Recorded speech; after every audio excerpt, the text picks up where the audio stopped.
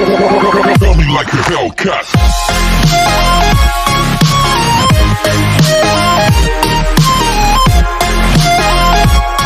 सबसे नीचे का दिखाया जाता है जो कि नींद से जाग जाती है और कहती है कितना घिनौना सपना था। तभी वो अपनी बालकनी में जाती है और बाहर का नजारा देख ही रही थी, तभी उसकी नजर जीशू पर पड़ती है और कहती है गुड मॉर्निंग, क्या तुम रात को अच्छे से सोए? जीशू कहता है हाँ, और तुम? इची कहती है हाँ, मैंने रात को सपना देखा। जीशू कहता है किस बारे में? इची कहती है तुम्हारे बारे में, लेकिन मैंने सपने में भी तुम्हारे साथ कुछ नहीं किया। जीशू कहता है अच्छा ऐसा है।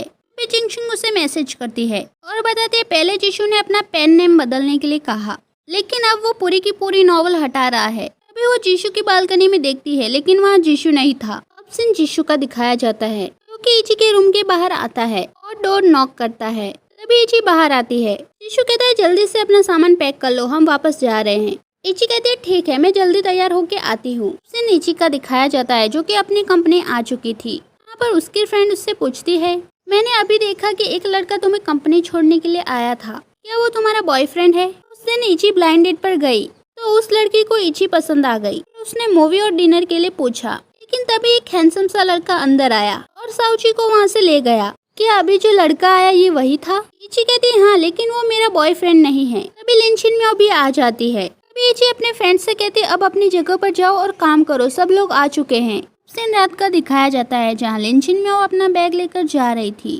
तभी शान हैंग वहाँ आता है और कहता है तुम कहाँ जा रही हो? लिनशिन में वो कहते हैं मैंने तुम्हें बताया था कि हम दोनों एक दूसरे के लिए सही नहीं हैं। शान हैंग कहता है क्या ये सब कुछ सोंगिची के कारण हो रहा है? लिनशिन में वो कहते हैं तुम सोंगिची को कैसे जानते हो? शान हैंग कहता है क्या हम रिसोर्ट में नहीं मिले थे? मैं उसे तभी से जानता हूँ। लिनशिन में वो कहते हैं तुमने कहा कि सोंगिची ने मुझे कुछ बताया, तो तुमने ऐसा क्या किया है जो तुम मुझसे छुपा रहे हो? शान हैंग कहता है मैंने कुछ नहीं किया। लिनशिन में कहते हैं ठीक है, तो मैं नहीं पूछूंगी। अगर तुम नहीं चाहते कि मुझे पता चले तो मैं तुम्हारी चीजों की भी परवाह नहीं करूंगी। मुझे मेरा सामान वापस दे दो। शान हैंग कहता है तुम नहीं जा सकती। क्या तुम जीशू को ढूंढने जा रही हो? वो बर्बाद हो चुका है। क्या तुम्हारे पास उसकी कोई ऐसी चीज है जिसे तुम बोल नहीं पा रही हो? तभी वो उसे धक्का मारता है, जिसकी वजह से लिनशिन में गिरने ही वाली थी। तभी शान हैंग उसके पास आता है और कहता है तुम ठीक हो? लिनशिन में कहते मुझे छूना मत। क्या तुम जानना चाहते हो जीशू की क्या बात है जो मैं भूल नहीं सकती? वो कभी भी दूसरों से जेलस नहीं होता और वो कभी भी दूसरों से नफरत नहीं करता। शान हैंग कहता है मैं तुम्हें कभी भी दुख नहीं पहुंचाना चाहता। तभी लिनशिन में कहते मुझे पता था वो तुम ही हो जिसने जीशू की यूएसबी चुराई है और उसके डिजाइन्स भी चुराए हैं और उसे फंसा दिया। शान हैंग कहता है तो क्या? अगर मैंने इसे नहीं लिया होता तो क्या मुझे मौका मिलता? लेकिन तुम जीशू के लिए कुछ भी करो फिर भी वो वापस नहीं आएगा। लिनशिन में वो कहते तो क्या हुआ? मैं तुम जैसे पागल को और नहीं सह सकती। शान हैंग कहता है हाँ मैं पागल हूँ। तुम उसकी वजह से मुझे छोड़ना चाहती हो तो मैं उसके पास कभी वो मौका नहीं आने दूंगा। तभी लिनशिन में वो कहते तुम सच में पागल हो और वहाँ से चली जाती है। उसे नीचे का दिखाया जाता है जो कि बस स्टॉप पे बैठी थी। तभी उसे जिंगशिन का कॉल आता है जो कहती है कि जीशू ने नॉवल हटाने का काम शुरू कर दिया है। इची कहती है जल्दी उसे रिजेक्ट करो। मैं उसके पास जाती हूँ और उससे बात करती हूँ। तभी वो टैक्सी में बैठकर वहाँ से चली जाती है। अब से नीचे का दिखाया जाता है जो कि जीशू के घर पर आ चुकी थी और वो कहते हैं मैं नहीं चाहती कि तुम मेरी वजह से नॉवल हटा दो।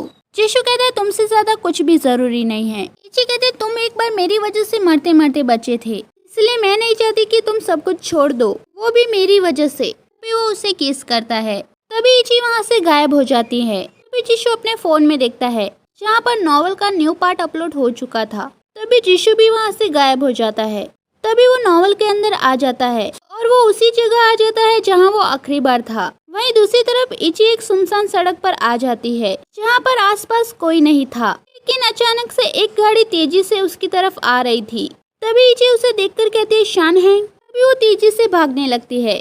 शान हैंग भी फुल स्पीड में गाड़ी चला रहा था और इची को उड़ा देता है, जिसकी वजह से इची को चोट लग जाती है। फिर वो अपने गांवों को देखती है जो कि गायब हो रहे थे। फिर शान हैंग पीछे की तरफ गाड़ी लाता है। फिर इची कहते कमीने तू क्या करने जा रहा है? शान हैंग कहता है तुम्हें नहीं पता? फिर इची खड़ी होती है और कहती है मुझे कैसे पता चलेगा कि तुम क्या करने वाले हो? तभी उसे जीशू का कॉल आता है। तभी शान हैंग कहता है ये जीशू है ना? तो कॉल को उठाओ और कहो कि तुम उसकी वजह से किस मुसीबत में फंस गई हो और उसे अपने आप को बचाने के लिए कहो। इची कहते हैं सपने देखते रहो। वो जीशू का कॉल काट देती है। शान हैंग कहता है क्या तुम्हें डर नहीं लग रहा कि कोई तुम्हें मार डालेगा? इची कहते हैं कोशिश करके देख लो। अगर तुम मुझे नहीं मार सके तो इसका मतलब होगा कि तुम यूजलेस हो। तभी शान हैंग पीछे की तरफ गाड़ी ले जाता है और जिशु को कॉल करता है और कहता है मैं तुम्हें एक अच्छा शो दिखाने वाला हूँ जिशु। तभी वो इची से कहता है कि मैं सिर्फ तुम्हें 10 सेकंड दूंगा, अगर भाग सकते हो तो भाग जाओ। तभी जिशु कहता है तुम क्या करने वाले हो? शान हैंग कहता है चिंता मत करो, मैं तुम्हें नाराज नहीं करूंगा। तभी इची अपने माइंड में कहती है मुझे कुछ नहीं होने वाला, या तो मैं कहानी को रिसेट कर दूंगी या फिर मैं मर जाऊंगी। तभी शान हैंग फुल स्पीड में गाड़ी लेकर आता है और इची को उड़ा देता है, जो कि जिशु भी देख रहा था। तभी शान हैंग इची के पास जाता है और कहता है मैं तुम्हें एक गुड न्यूज देना चाहता हूँ कि जिशु भी तुम्हें देख रहा है और वो जल्द ही यहाँ आ जाएगा। इची कहते तुम पागल हो। शान हैंग कहता है चूंकि तुमने मुझे ऐसा कहा इसका मतलब मुझे ऐसा ही बने रहना होगा। तभी वो फिर से अपनी गाड़ी में जाता है। तभी इची फिर से खड़ी हो जाती है। तभी जिशु की कार भी वहाँ आ जाती है। तभी जिशु कहता है शान हैंग रुक जाओ। शान हैंग कहता है मुझे उम्मीद नहीं थी कि तुम इतनी जल्दी यहाँ आ जाओगे। तभी शान हैंग फुल स्पीड में गाड़ी चलाने लगता है। जिशु भी फुल स्पीड में गाड़ी चला रहा था। तभी दोनों की टक्कर हो जाती है। शान हैंग की गाड़ी हवा में उड़ जाती है और गायब हो जाती है। तभी जिशु इची के पास जाता है और उसे गले लगाता है। तभी इची कहते डम ऑथर, मैं अभी तक ठीक नहीं हुई हूँ, अगर तुम मुझे जोर से पकड़ोगे तो मैं बेहोश हो जाऊंगी। तभी जिशु कहता है तुम अभी मरने वाली थी, अगर तुम्हें कुछ हो जाता तो क्या तुमने मेरे बारे में नहीं सोचा? इची कहते हैं मुझे लगा कि मैं स्टोरी रिसेट कर दूंगी, मैं वैसे भी नहीं मरूंगी। और वहाँ देखो वहाँ सीसीटीवी है, हमें रियल वर्ल्ड में कोई सबूत नहीं मिल रहा है तो हम इसे ले जा सकते हैं। तभी इची बेहोश हो जाती है। ऑप्सिन हॉस्पिटल का दिखाया जाता है जहाँ इची बेहोश पड़ी हुई थी। तभी वो जाग जाती है। तभी सीफाई कहती तुम जाग गई? तभी इची कहते मैं कहाँ हूँ? सीफाई कहते तुम हॉस्पिटल में हो और तुम्हें पता है कि तुम कितनी देर तक सो रही थी, पिछले दोपहर को लेकर अब तक। इची कहते जिशु कहाँ है? सीफाई कहते मुझे नहीं पता। तभी जिशु वहाँ आ जाता है। सीफाई कहते मैं बाहर इंतजार करती हूँ, तुम दोनों बातें करो। तभी इची कहते क्या तुमने वो वीडियो ले ली वहाँ से? जिशु कहते तुम यहाँ घायल पड़ी हुई हो और तुम्हें अभी भी उसकी परवाह है। इची कहती है मुझे माफ कर दो। जिशु कहता है तुम्हें माफी मांगने की जरूरत नहीं है। इची कहती है कि मुझे पता है कि मैं लापरवाह हूँ। जिशु कहता है मैंने तुम्हें मरते हुए देखा और मैं कुछ नहीं कर सका। क्या तुम्हें पता है कि मैं अपने आप से कितनी नफरत करता हूँ और मैं बहुत ज्यादा डर भी गया था। इची कहती है मुझे माफ कर दो। जिशु कहता है तुम आराम करो। तभी वो वहाँ से चला जाता है। अब सीन इची और जीफाई का दिखाया जाता है, जहाँ पर जीफाई इची से कहते हैं टाइम पर मेडिसिन ले लेना और अपना ध्यान रखना। इची जीफाई से कहती है अगर तुम्हारा भाई वापस आ जाए तो मुझे बताना। जीफाई कहती है अगर तुम उसे देखना चाहती हो तो तुम उसे खुद क्यों नहीं ढूंढती? इची कहती है हमारे बीच झगड़ा हुआ है। जीफाई अपने घर में जाकर देखती है और कहती है वो घर पर नहीं है। इची कहती है ठीक है थैंक यू। तभी जिशु वहाँ आ जाता है। तभी जीफाई कहते तुम वापस आ गए, साउची तुम्हें ढूंढ रही थी। जिशु कहता है ठीक है अंदर जाओ। तभी इची कहती है मुझे तुम्हें कुछ बताना है। जिशु कहता है अगर तुम शिनिंग के बारे में जानना चाहती हो तो वो अभी शूटिंग में बिजी है। इची कहती है नहीं। जिशु कहता है अगर तुम यूले की प्रॉब्लम के बारे में जानना चाहती हो तो वो भी मैंने सॉल्व कर दी है। इची कहती है मैं उसके बारे में नहीं पूछ रही हूँ, मैं बस पूछना चाहती हूँ कि तुम कैसे हो। जिशु कहता है हाँ मैं ठीक हूँ, अब घर जाओ और आराम करो। तभी वो वहाँ से जाने लगता है। तभी इची गिरने का नाटक करती है। तभी जिशु वहाँ आता है और उसे उठा के वहाँ से ले जाता है। तभी जिशु उसे पूछता है क्या तुम ठीक हो? तभी इची उसके गले लगती है और कहती है मुझे पता है कि मैं गलत हूँ, क्या तुम गुस्सा होना बंद कर सकते हो? आज से मैं अपने लाइफ को डेंजर में नहीं डालूंगी। जिशु कहता है जब हम यहाँ से वापस जाएंगे तब मैं तुम्हारा गुड लक चार्म तुम्हें वापस दे दूंगा। इची कहती है क्या तुम्हें लगता है कि मैं खतरे में इसलिए थी क्योंकि मैंने तुम्हें गुड लक चार्म दे दिया? मेरा बॉयफ्रेंड कितना अंधविश्वासी है।